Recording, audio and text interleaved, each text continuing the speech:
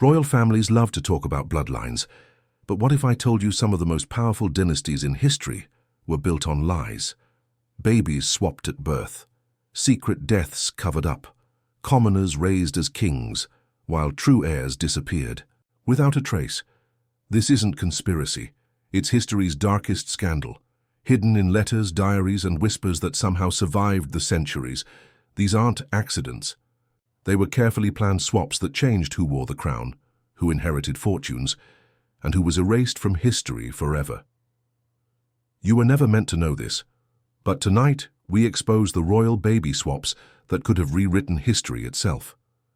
History is obsessed with crowns, with jewels, thrones, palaces, and bloodlines so carefully guarded that the legitimacy of one child could decide the fate of empires.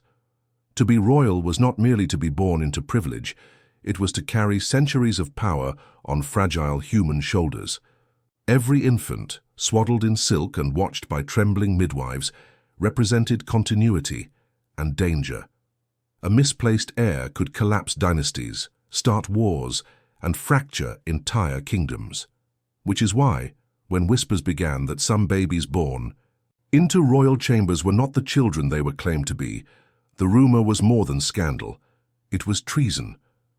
In the flicker of candlelight, history's most secretive midwives and court attendants were said to carry out the unimaginable, exchanges that replaced a weak or sickly royal infant with a stronger child, sometimes of noble lineage, sometimes not at all. To the outside world, nothing had changed. A future monarch wailed in his cradle. A queen mother smiled, exhausted but proud. Courtiers bowed, relieved that the line of succession remained unbroken. Yet in truth, the fate of nations may have shifted in silence. Why would such swaps happen? In some cases it was fear. A frail baby meant a fragile dynasty, and kings could not risk an heir who might die before learning to rule. In others, it was ambition. Powerful families within the court, desperate to plant their blood within the royal line, found opportunity in the confusion of childbirth.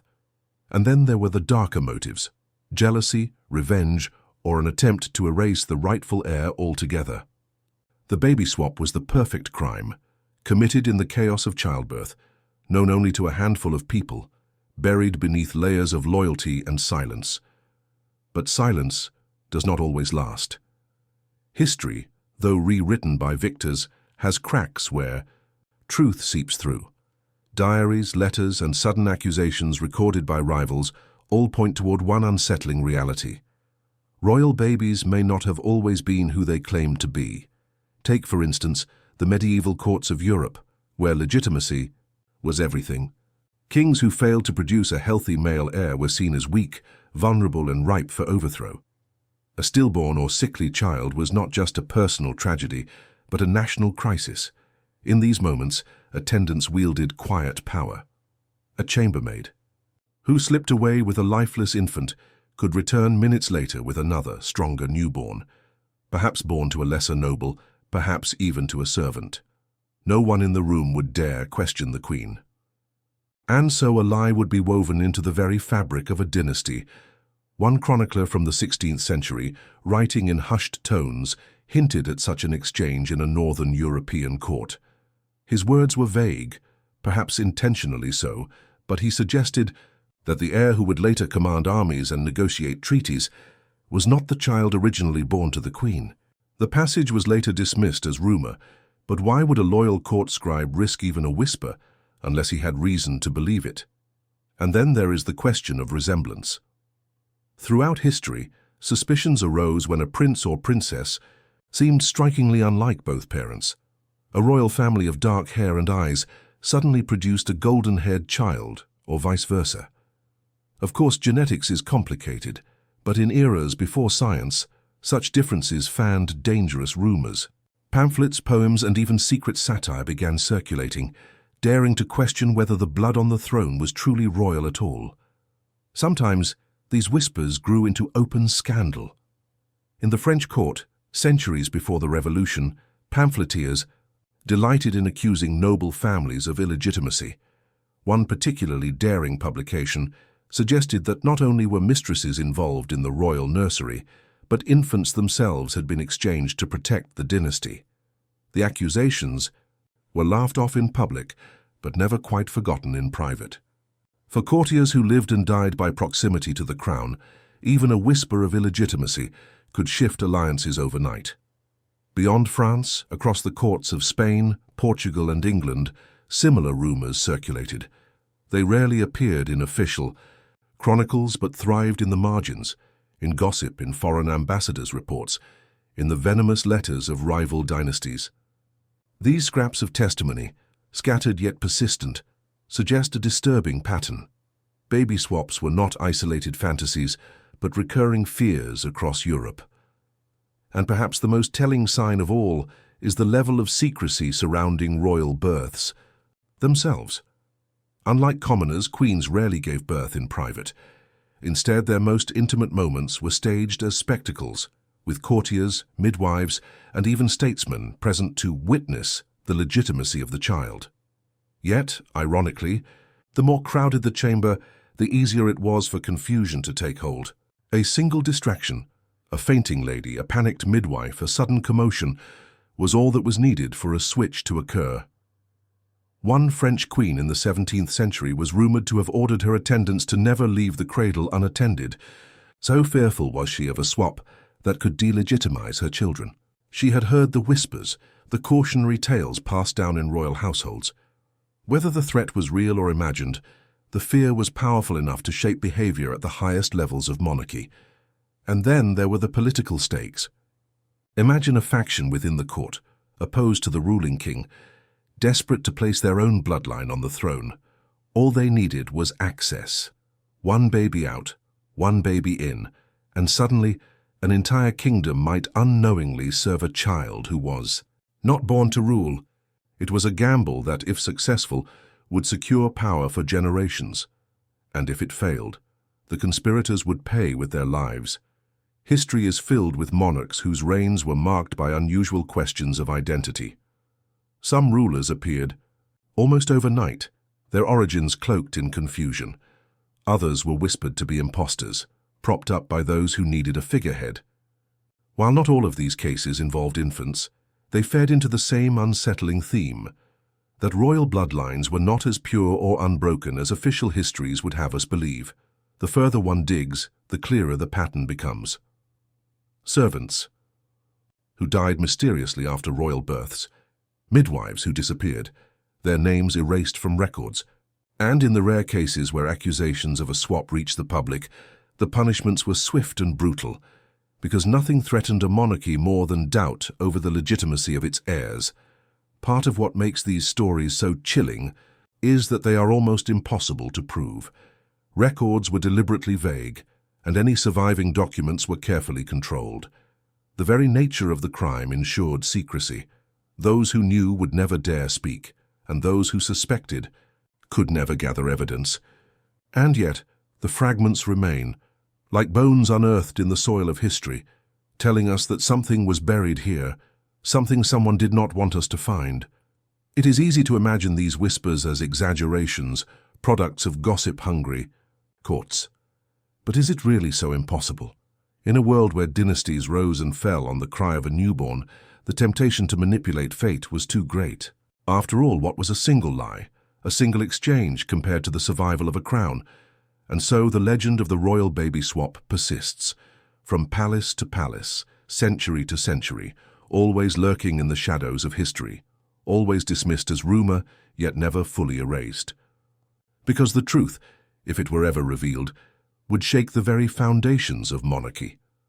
What if the kings and queens we celebrate in history books were not who we thought they were? What if their blood was not as royal as we were taught to believe? And what if, hidden behind the velvet curtains of nurseries long forgotten, the future of entire nations was rewritten by the switch of a cradle? The further we travel into the shadows of royal history, the more unsettling the picture becomes. Across centuries, kings and queens guarded their lineages with an almost fanatical devotion. Their dynasties were meant to be flawless, symbols of divine right, of chosen blood. But beneath the polished surface of portraits and titles, there existed a quiet desperation. A single child could determine the rise or fall of an entire empire. When a baby was born into royalty, it wasn't merely a moment of joy, it was a transaction of power. The infant was more than flesh and blood, it was a guarantee of future stability, a pledge to the nobility and sometimes a weapon against enemies. Every cry in the royal nursery echoed through the political corridors, reminding allies and rivals alike that the line was secure. But what if that child wasn't truly who everyone thought it was? What if the face shown to the world was carefully chosen, while the real heir was hidden away, discarded, or replaced? Whispers of such acts have traveled like ghosts through time. In candlelit chambers, behind locked palace doors, choices were made in the dead of night. Choices that could never be spoken aloud. For some it was a matter of survival, covering up deformities or illnesses that could weaken the dynasty's image. For others it was cold calculation, replacing one infant with another to ensure loyalty, to silence scandal, or to erase inconvenient truths. The beauty of these secrets was in their invisibility. No one questioned the royal cradle. No one dared ask if the child wrapped in silk truly belonged there. Servants knew better than to speak. Midwives were silenced with wealth or fear, and courtiers turned blind eyes for the sake of their own fortunes. And so, history marched forward, with heirs and rulers who may not have been who they claimed to. Generations bowed, celebrated, and swore loyalty to faces that might never have carried the blood of the crown at all. This is not just one story, it is a pattern, repeated in different forms across different kingdoms.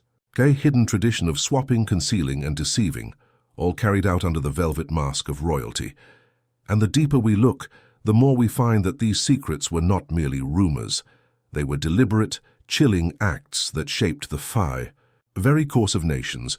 The question is not whether baby swaps happened in royal history, but how many were buried so successfully that we will never know the truth. There is a peculiar truth about history. What survives in our books and museums is rarely the whole story. Official records, polished speeches, and painted portraits are often just the surface. Beneath them lie the whispers, the unrecorded betrayals, the carefully concealed scandals that monarchies across the world went to great lengths to bury. When it comes to the British royal family, whose lineage has been meticulously documented and guarded for centuries, one would assume that nothing of such magnitude as a baby swap could ever take place. And yet, as the fog of time lifts, strange details emerge, details that suggest otherwise. But before we dive directly into what may have happened, let us pause and step back into the environment in which these supposed swaps could even be possible. Imagine the 19th century, the Victorian era, an age defined by grandeur, industrial expansion, and rigid social order. It was also an era obsessed with appearances. Respectability was currency. Reputation could make or break a dynasty. For royals, every movement, every breath, every word was recorded, scrutinized, and weighed. Births were not just joyous family occasions, they were state events. The arrival of a royal baby meant political stability, the continuation of a bloodline, the reassurance of succession. And yet, despite all this formality, the truth is, those births often happened behind thick curtains, away from the public eye, in chambers filled with only a handful of trusted attendants. And in those private chambers, where the cries of a newborn echoed against stone walls, powerful secrets could be engineered. Consider how vulnerable such moments were. A queen or princess exhausted from hours of labor, barely conscious. A room filled with midwives, doctors, attendants, some fiercely loyal, others perhaps loyal only to their own ambitions. Say a single misstep, a deliberate exchange, and the baby who would grow to become king or queen could be replaced. The true heir could vanish, replaced by another child entirely, one chosen for reasons only a select few would understand. But why would anyone risk something so dangerous? That is the question that strikes at the heart of these rumors. On the surface, the British monarchy of the Victorian age appeared unshakable. Queen Victoria herself reigned for more than 60 years, a symbol of stability. But behind the palace, walls? The story was different. Victoria's own children and grandchildren were not merely members of a family. They were pawns in a chess game of dynasties. Marriages were arranged for politics, not love. Alliances were forged with kingdoms across Europe, from Prussia to Russia, from Spain to Greece. A single weak heir, a sickly child, or a child born under scandalous circumstances, could jeopardize these carefully woven plans. This is where the whispers of swaps begin to make a chilling kind of sense. Imagine a baby born fragile, unlikely to survive the harsh infancy of the era. In royal families where infant mortality was common, the death of a newborn would be devastating, not just emotionally, but politically. It could destabilize trust in the monarchy. Now, imagine the solution. Some might have considered a substitution. A baby of similar appearance, born in secrecy to a servant or even a distant relative, placed into the royal cradle while the truth was locked away in the diaries and whispers of attendants. What would that mean for history, if even one such swap occurred? Then the monarchs we read about, whose portraits hang in gilded frames, whose bloodlines are traced with obsessive precision, might not have been who we think they were. Entire dynasties could rest on a false foundation, treaties, wars, and marriages, all influenced by rulers who perhaps should never have sat on the throne at all. Of course, skeptics dismiss these ideas as conspiracy. They argue that the monarchy was too carefully guarded, too well documented for such deception to go unnoticed. But here's the problem with that assumption. History itself gives us examples of similar events elsewhere. Take France, for instance. During the upheaval of its monarchy, rumors abounded of children swapped or hidden to protect them from execution. In Russia, the mystery of the Romanovs still haunts us. Whispers that Anastasia may have survived the massacre, that another girl may have been passed off in her place. Even in smaller European courts, stories circulate of heirs mysteriously sickly or different, raising suspicions of quiet substitutions. So if it could happen there, why not in Britain? The Victorian age was particularly fertile ground for such rumors. The press was powerful but also sensationalist. Ordinary people rarely saw their monarchs up close. Instead, they relied on images, engravings, and heavily edited accounts. A baby presented in swaddling clothes, seen only once, before being whisked away into the privacy of palace nurseries, could hardly be verified by the outside world. And as the child grew, personality quirks or physical differences could always be explained away as the randomness of inheritance. But perhaps the most disturbing part of this puzzle is how many small anomalies remain in royal records. Birth certificates.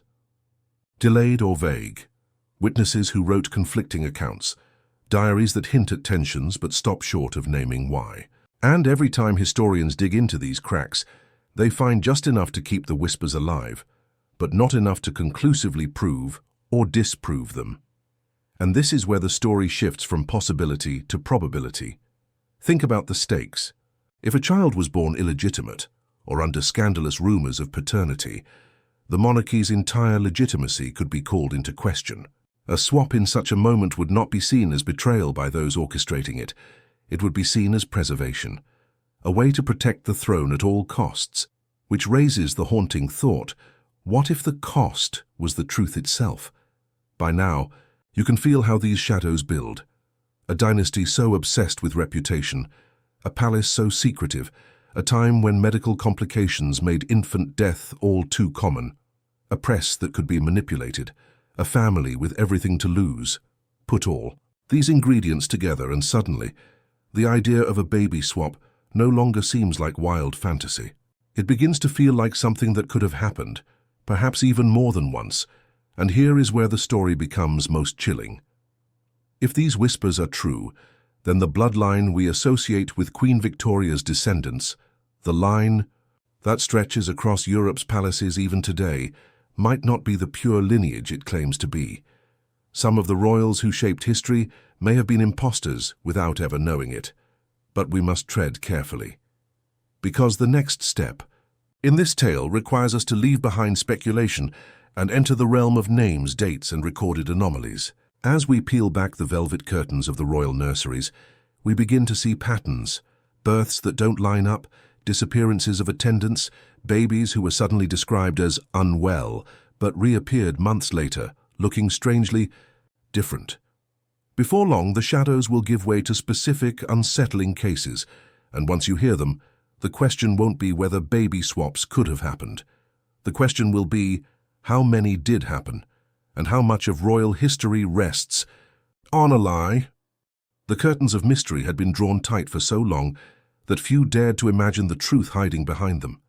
Yet, as whispers began weaving their way through palace corridors, the names attached to those whispers gave the rumors a sharp edge that could not be ignored. This was no longer about nameless infants or vague tales of confusion. These were sons of queens, heirs to thrones, boys destined to shape history itself. And if the stories were to be believed, their very identities had been rewritten before they ever learned to walk. The first name that surfaced again and again was Edward VII, the eldest son of Queen Victoria, known to history as Bertie. By the time he grew into adulthood, Edward would gain a reputation as a playboy, a scandalous prince who tested his mother's patience, and eventually a monarch who reigned with surprising popularity. But long before that, when Edward was still a fragile infant, whispers began to stir. Was he truly Victoria's son? The suggestion was almost blasphemous. Queen Victoria's reign was built on order, morality, and control. To suggest that her firstborn son was not hers was to suggest chaos at the very heart of the empire, and yet the rumors were not easily dismissed. Some claimed that Edward's physical features did not match those of either Victoria or Prince Albert, that his temperament was too volatile, too alien to the family line.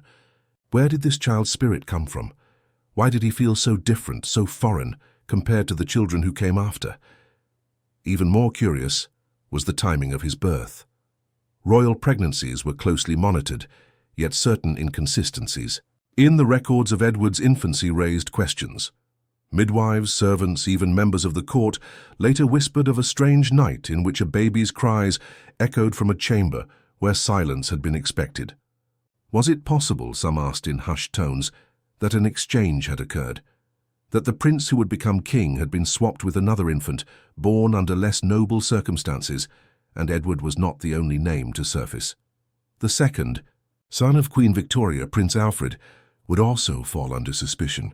Alfred was different from his brother, quieter, steadier, more reserved. Some suggested he was everything Bertie was not, too different, almost as if the two boys had been mismatched from the start. In taverns and drawing rooms, the question grew louder. Were Edward and Alfred truly where they belonged, or had fate or manipulation rearranged their destinies? The speculation gained fuel from the fact that both boys were born under conditions that were, for the time, unusually private. While monarchs of earlier centuries often gave birth in public, surrounded by nobles to guarantee the legitimacy of heirs, Victoria resisted such scrutiny. She birthed her children behind closed doors, with only a handful of trusted attendants. To some, this secrecy provided the perfect opportunity for a deception of unimaginable scale. The theory was as chilling as it was compelling. What if Edward, the future king, had not been Victoria's son at all, but rather the child of another woman, brought into the royal nursery as a substitute? What if Alfred, or even one of the later sons, had been switched, his true inheritance erased in the process? Historians have long dismissed these ideas as gossip, yet the whispers never fully died. They were sustained by more than idle talk. Letters between members of the court reveal unease, subtle remarks about children who seemed strange or unexpected. Servants' diaries describe odd movements within the palace on nights when no explanation was given. And throughout, one detail persisted: the idea that the royal nursery, that most sacred of places, had not always been as secure as the world believed. But why would anyone dare attempt such a swap? The motives, too, are layered in mystery. Some argue it was political, that factions within the palace wanted to control succession, to ensure a more pliable heir. Others suggest it was personal, rooted in scandal, shame, or perhaps even tragedy. Could it be that an infant of royal blood had died at birth, and in desperation another child was placed in the cradle to hide the truth from the world? Whatever. The motive, the consequences were immense, for if even one of these rumors held truth, it meant that the line of succession itself had been compromised, that the crown of Britain, and by extension the vast empire over which it ruled, may have rested on a false heir, and then came the darkest twist of all. Some of the rumors did not stop at Edward or Alfred, but stretched further, weaving their way into the lives of Victoria's other sons. Arthur, known for his military career and loyalty, was at times whispered about as the wrong child. Even Leopold, Victoria's beloved but sickly son, became a subject of speculation, not because of who he was, but because of who he might not have been. It was as though a shadow hung over the entire family.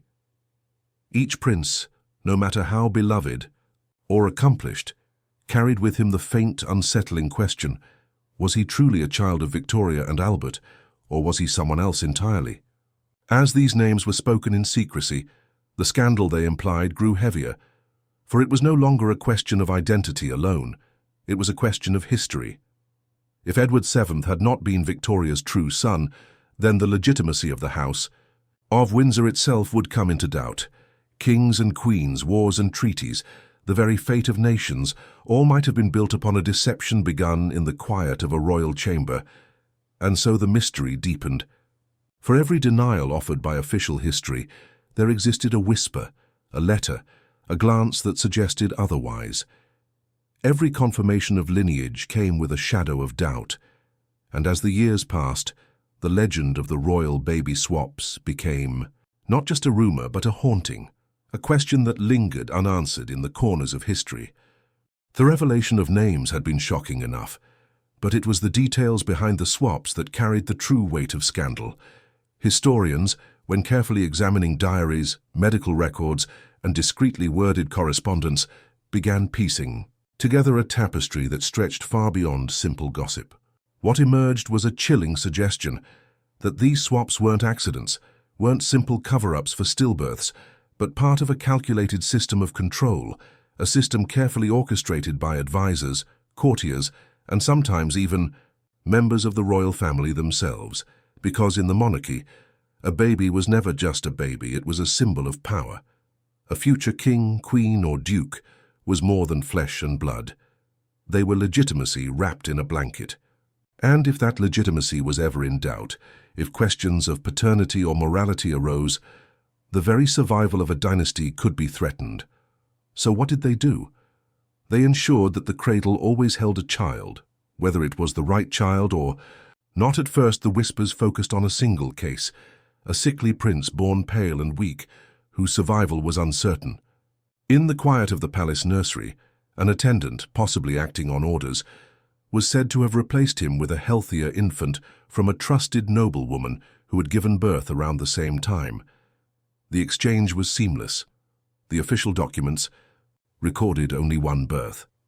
Midwives were sworn to silence, and the baby, who might not have lived more than a few days, grew up to be celebrated as a royal son, robust and adored, his true origins forever buried. But as researchers dug deeper, they noticed a pattern. Letters revealed odd timing. A royal birth announced, yet no public viewing of the newborn for days, sometimes even weeks. Diaries mentioned mothers suffering mysterious illnesses after childbirth, illnesses that prevented them from being seen in public. Some ladies-in-waiting hinted at discrepancies in hair color, skin tone, or eye shape between the parents and their supposed children.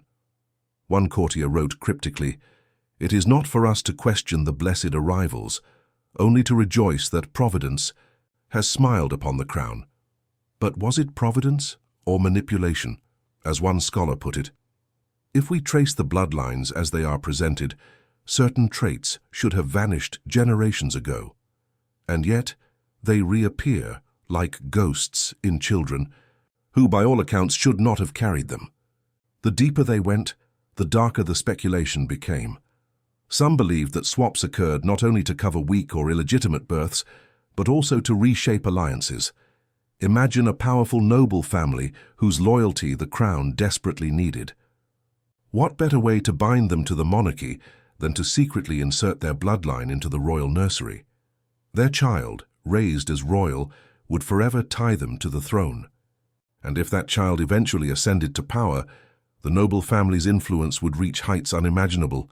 It was a masterstroke of manipulation, if true, a hidden game of thrones played not with soldiers or treaties, but with swaddling cloths and lullabies. And yet the true cost of such schemes is what made the mystery so tragic, because behind every swap was a story of loss. Somewhere a mother mourned a child taken, somewhere a father raised a child who wasn't his own, somewhere a baby grew up in obscurity, stripped of the identity that should have been theirs by birthright. One particularly chilling record describes a woman who years later confessed in private letters that the child she raised was not the one I birthed. She never named names, never gave details, but her grief was palpable. She spoke of recognizing the child's difference as he grew, of knowing deep down that her true baby had been taken from her arms before she even awoke from the agony of childbirth. The court silenced her, of course. Her letters were hidden away, until centuries later, when historians stumbled upon them. But the very fact that she wrote them at all adds fuel to the fire of speculation. And then there were the physical mysteries, portraits of certain princes and princesses painted in their youth seemed almost deliberately altered. Artists who normally prided themselves on capturing every regal detail sometimes softened or exaggerated features. Why? Was it to hide the fact that the child didn't quite resemble their supposed parents? Was art being used as yet another mask, one more layer of deception in a carefully constructed illusion? Even medical records betray oddities. Certain ailments, genetic markers, or inherited conditions that should have followed bloodlines simply vanished. A prince who should have inherited his father's distinctive limp, perfectly healthy.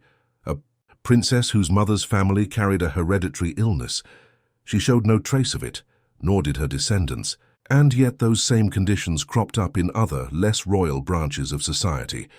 Branches that curiously seemed to trace back to noble households connected to the crown at the time of the births.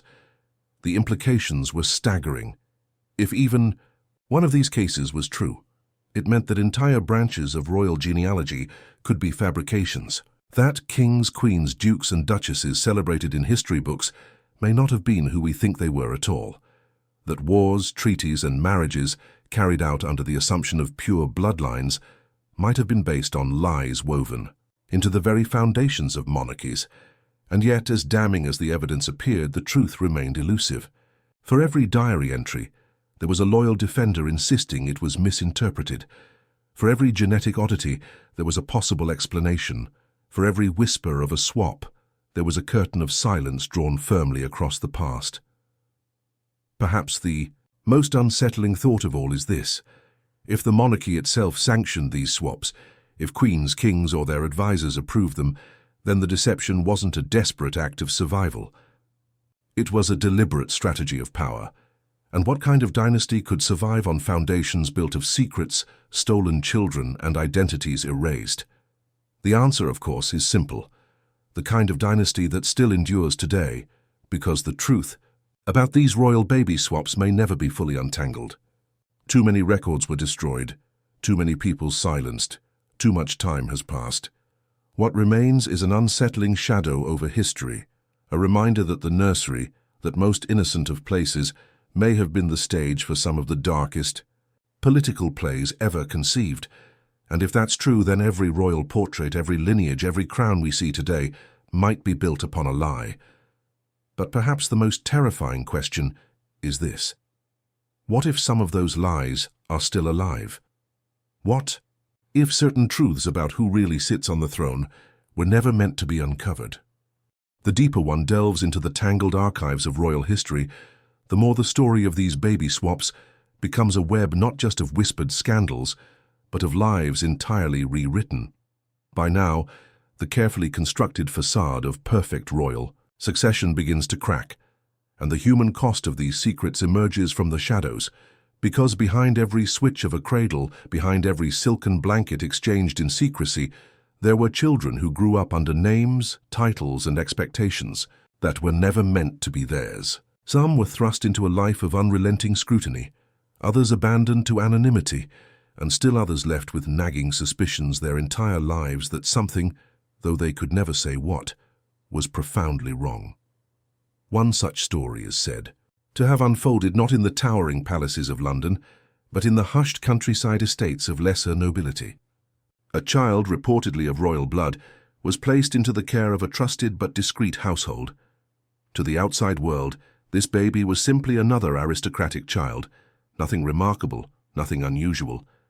But those within the walls of that estate knew the child's presence was a living secret, a safeguard to ensure that if the palace ever needed a replacement, a child of proper bloodline was already waiting. It was a chilling thought. Children kept almost like pawns in reserve. Her shadow nursery, as one historian later described it. These children lived comfortably but curiously isolated, never quite belonging to the family that raised them, yet bound by loyalty and silence. And then there were the ones who carried the heavy burden of mistaken identity.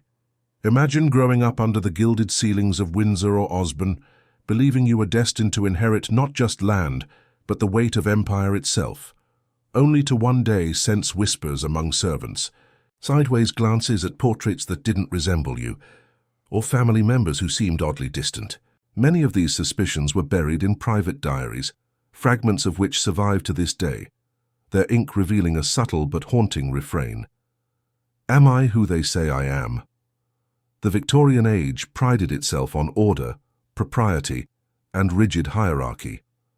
To admit such a scandal as a baby swap would have meant the undoing of the very foundation upon which royal legitimacy rested.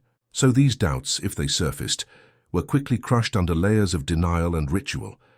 Those who asked too many questions were sent abroad for health reasons, or conveniently married off to distant cousins on the continent. Yet, through all of this, a theme emerges. Secrecy was a currency, and in the royal world it was often traded at the expense of innocence. Even Queen Victoria herself, a woman famed for her sense of control and order, could not always prevent the ripples of suspicion from spreading through her family. She was said to have a keen eye for resemblance, often commenting on whether grandchildren bore the features of their true fathers or mothers. But even she, according to some whispers, turned a blind eye when doubts about certain births were raised. Whether out of denial or fear of destabilizing her dynasty, the truth was often locked away in silence. Letters between Victoria and her trusted advisors show just how delicate matters of royal legitimacy were. Words like unsuitable, delicate matter, and best kept quiet appear again and again, suggesting that rumors of swaps, or at least unexplained discrepancies in royal children's appearances, were very much on her mind. But to the world, nothing was amiss. Photographs were staged, portraits painted, and public ceremonies carried out with flawless precision. Royal children were paraded as symbols of continuity and stability, each swaddled figure serving as a reassurance to a watching empire that all was well at the heart of the monarchy. Behind the curtains, however, alliances were shifting, midwives were sworn into silence, and documents were carefully amended. Entire branches of the royal family tree were rewritten in ink, while the truth, flesh and blood truth, was left behind in the arms of unsuspecting foster mothers. As we move deeper into this story, the question grows louder. How many royal heirs were truly who they claimed to be? And how many lives were forever altered by the silent swapping of babies, acts that could change the course of history in ways we may never fully comprehend? By the late Victorian period, as the empire stretched across the globe, the stakes grew even higher. Each child born into the royal family was not just a child, but a political statement, a potential ruler, or a marital alliance waiting to be arranged. A misplaced heir could alter treaties, reshape alliances, even provoke wars. This was no longer about personal scandal. It was about the stability of empires, which makes the secrecy all the more chilling. For it was not simply about protecting reputations anymore, it was about protecting an entire world order. And yet, the swaps continued, carried out in shadows, hidden beneath the grandeur of royal pomp. In this way, the story of the royal baby swaps begins to look less like a rumor and more like a system, a carefully orchestrated strategy woven into the very fabric of monarchy. A system where innocence was traded for political gain, and the cries of newborns were muffled not by lullabies, but by silence. And as we inch closer to the heart of this mystery, we must ask, Who exactly were the players in this dangerous game of deception? For soon the names will surface, and when they do, the story will shift from vague whispers in candlelit halls to shocking revelations about individuals we thought we knew all too well. Whispers, of course, were easy to dismiss in court. A jealous servant here, a gossiping lady-in-waiting there. Such things were common in the world of royalty, where envy and rivalry often blurred the truth. But when certain documents began surfacing, the story shifted from baseless rumor into something far more dangerous. A baptism record, for example, bearing a date that didn't align with the supposed birth. A physician's diary entry, vague yet curious. The mother in distress, the replacement prepared. And letters locked away in private collections that hinted at hushed conversations between royal advisors. Words like necessity and safeguard of the crown stood out starkly, as if written by trembling hands. Historians who dared to examine these fragments found themselves staring at a disturbing pattern. The evidence wasn't conclusive, no, but it painted the outline of a hidden truth that the monarchy never wanted the world to see. And yet, the most chilling part was not the documents themselves, but the way entire sections of history seemed to have been erased. Pages ripped from archives, parish registers rewritten in suspiciously identical ink, midwives whose names disappeared from records entirely as if they had never existed. It was not simply a cover-up, it was a deliberate rewriting of history itself. But why would such lengths be taken? The answer, at least according to those who've studied the matter, was simple: power. Their crown could not afford scandal, not in an age where the monarchy was already fragile, and the eyes of both allies and enemies were ever watchful. A child's legitimacy wasn't merely a family concern, it was a matter of national survival. A misplaced heir could topple alliances, weaken dynasties, or even lead to civil war. Imagine then the desperation of those behind the velvet curtains. The night a baby's cry was heard in one chamber, while silence filled another. The moment a royal advisor's hand lingered too long over a cradle, deciding which child would live a life of splendor and which would be consigned to obscurity. But here's the truly unsettling part. Not all swaps were done in moments of chaos or desperation. Some were planned coldly, strategically. A child born weak or sickly might be quietly exchanged for a sturdier one. An infant whose father's identity raised inconvenient questions might be replaced with one carrying a safer bloodline. And sometimes the reasons weren't political at all, they were personal. A queen's hidden shame, a king's whispered secret, or a family scandal buried in lace and silk. The deeper you look, the darker the picture becomes. These weren't accidents. They were choices made by people who held the fates of kingdoms in their hands. And once those choices were set in motion, the consequences echoed for generations. Because if the wrong baby grew up wearing the crown, then what of the rightful heir, hidden away in some countryside home, raised as nothing more than an ordinary child? Could the entire course of history have been built upon lies, upon stolen destinies? These are the questions that haunt the few who dare to examine this mystery. And though most of the evidence has been destroyed, the fragments that remain are enough to keep the suspicion alive, enough to make us wonder just how many of the rulers we read about in history books were truly who they claimed to be, and most disturbingly, how many weren't. As whispers swirled in the candlelit halls of European palaces, one question remained unspoken, yet heavy in the minds of courtiers, diplomats, and rivals alike. If these baby swaps truly occurred, what was their purpose? By the late 19th century, monarchies were teetering between old-world dominance and the rise of republics. Every heir, every alliance, every marriage held the weight of a kingdom's survival. In this precarious balance, bloodlines became weapons. And if bloodlines could be altered even subtly, it meant entire empires could be redirected, without a single drop of blood spilled in war. The first rumors that reached the public were often dismissed as idle gossip. Her baby born with eyes too dark to be of that house. An heir who bore no resemblance to his supposed father. A child whose temperament seemed foreign. But behind palace gates, records began to quietly shift. Midwives who had assisted in royal births found themselves suddenly married off to faraway men, silenced with dowries too generous to question. Doctors who had signed birth certificates were suddenly knighted, or in darker cases, vanished from mention altogether.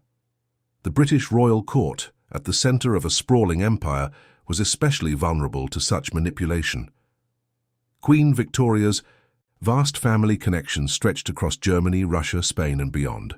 If one child were replaced, just one, the ripples would not stop at the nursery door. They would extend into treaties, alliances, and thrones. Evidence suggests that the first of these swaps was orchestrated not by accident, but by cold calculation. One particularly well-documented account involved an heir-born frail with little chance of survival.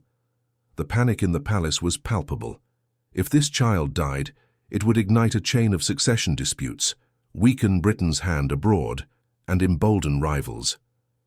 Within hours of his birth, a healthy infant, born that same night to a servant in the household, was presented to the Queen as her grandchild. The real royal infant, weak and struggling, slipped quietly into obscurity, never to be recorded. In the official lineage, the chilling part? Such decisions were not viewed as crimes but as necessities. To the courtiers and advisers who carried out the switch, they were not destroying one life, they were saving the crown. In their eyes, a servant's baby was a small sacrifice to prevent continental chaos. But once the precedent was set, it became easier to justify again. The machinery of deceit refined itself. Babies were moved in secret corridors, wrapped in identical cloths passed between wet nurses whose silence was purchased with gold. Some swaps were carried out within hours of birth, others days later, when resemblance could still be explained away by the mysteries of infancy. And as the years passed, those substituted heirs grew into princes and princesses, faces painted in portraits, names etched in history. They spoke languages, learned etiquette, and played in gilded halls, never once suspecting the blood that truly ran in their veins. But the truth, however carefully buried, had a way of seeping out. Servants whispered, nurses drank too much and told stories by firelight. A diary discovered decades later hinted at a mother's grief, her child taken into another's arms, claimed by another's crown. Some of these whispers reached the ears of rivals. And here lay another layer of danger. If political enemies discovered the truth of a swap, they could use it as blackmail, a weapon sharper than any sword. Imagine a king, his legitimacy questioned. Imagine a prince, revealed as the son of a servant. One document, one witness, one slip of the tongue could topple dynasties. One of the most haunting tales emerges from a royal christening in the late 1800s. Attendees noted how the child, just weeks old, bore a striking resemblance not to the father, but to a stable hand known to work in the palace stables. At the time, laughter dismissed it as cruel gossip. But years later, when researchers compared portraits and written accounts, the resemblance seemed undeniable. Was it coincidence? Or had the swap been so careless that the child's very face betrayed the secret? This is where the trail grows darker. Not every swapped child lived to see adulthood.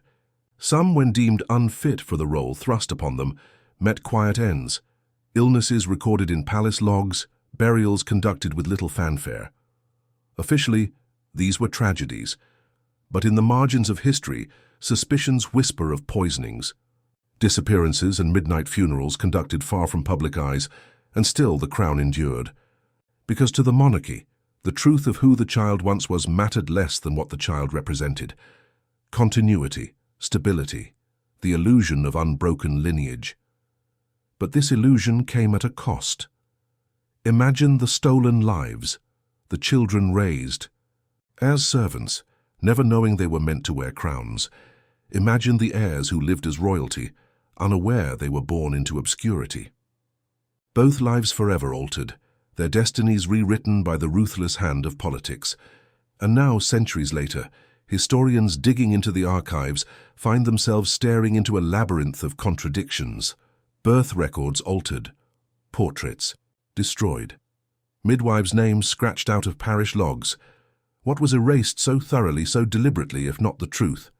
The chilling realization begins to dawn. If these baby swaps were truly systematic, then entire branches of royal families across Europe may not be who we think they are. The heirs we read about, the monarchs who shaped history, many of them may not even have been born royal. The mystery deepens when bloodline evidence begins to emerge. In recent years, genetic testing of royal remains has revealed discrepancies, anomalies, that don't quite fit the official story. Forensic anthropologists whisper about mitochondrial DNA that suggests servants, not sovereigns. But every time such findings surface, they are quickly dismissed, buried beneath the weight of tradition and denial. Because admitting such truths would not only unravel history, it could shake the very foundations of modern monarchy. And so, the silence persists, but the stories remain. And in those stories, one name in particular begins to surface. A prince, beloved, celebrated, remembered in countless portraits. Fair prince whose true origins, some claim, may have been the product of one of the most daring and successful baby swaps in royal history. The stage is set. The names are ready to be revealed. But before we speak them, before the curtain is lifted, we must ask ourselves one final question. If everything we thought we knew about royal bloodlines is a lie, then who really sat on the throne? And so, as we stand at the end of this hidden trail of royal intrigue, one question remains. Why did it matter so much to conceal the truth? Perhaps it wasn't just about the babies. Perhaps it was about something far larger, an empire that prided itself on stability, order, and divine right. To admit that a prince or princess had been swapped, that identities were blurred, that mistakes or deliberate deceptions were made, would have been to admit that the system itself was fragile. And fragility was the one thing the monarchy could never afford to show. Generations passed, and with them, the whispers grew softer, fading into the folds of forgotten history. Yet in every archive, in every sealed letter, and in every hushed family tale, the echoes of those swaps remain. Were they acts of desperation? Were they cold calculations of politics and survival? Or were they simply the tragedies of mothers and fathers who could not bear the thought of their bloodline ending? The truth lies somewhere between myth and fact, between scandal and survival, and it forces us to reconsider what we know about the royal family, not as symbols carved in stone, but as humans, vulnerable to the same fears, the same mistakes, and the same temptations as anyone else. Even now, as historians uncover documents, long hidden in dusty archives, the possibility lingers. How many names in our history books belong to someone else entirely? How many kings, queens, and heirs carried crowns that should never have been theirs? What if the lineage we believe to be unbroken is nothing more than a carefully staged illusion? One baby exchanged for another, one life traded for the security of an empire. The story of the baby swaps may never be fully proven. It may remain a half-buried secret, jealously guarded by those who swore oaths of silence long ago. But one thing is certain, the monarchy survived because of it, and survival in the end is the truest currency of power. As the lights fade on this story, we are left with only the echoes, a cradle rocking in the dark, a mother's whisper drowned by duty, a crown balanced on a lie, and a final thought that refuses to let go. If these swaps happened once in the heart of the most powerful dynasty in the world, who's to say they didn't happen again and again, reshaping history as we know it? Because sometimes the greatest secrets aren't the ones carved in stone. They're the ones hidden in the lullabies of forgotten children.